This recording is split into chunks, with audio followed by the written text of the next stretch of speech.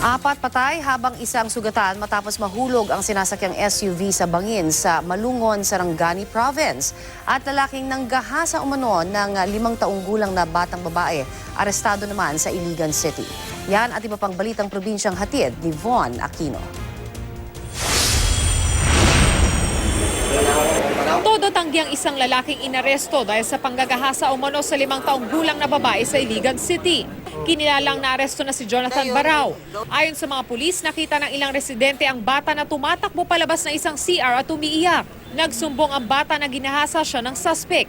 Kinuyog ng mga tao ang suspect bago tumawag ng pulis. Depensa naman ng suspect, pinapaliguan lang niya ang bata. Ang bata raw mismo ang nakiusap sa kanya na paliguan siya. Nagkukumahog ang mga residente sa pagsalba ng gamit matapos masunog ang 7 bahay sa Barangay Bapor, Masbate City.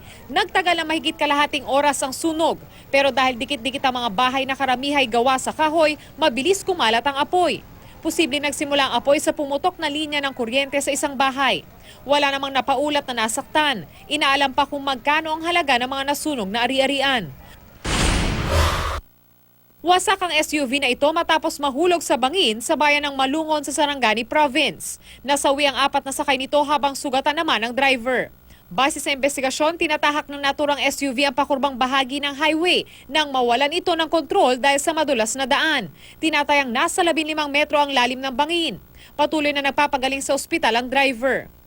Von Aquino, GMA News.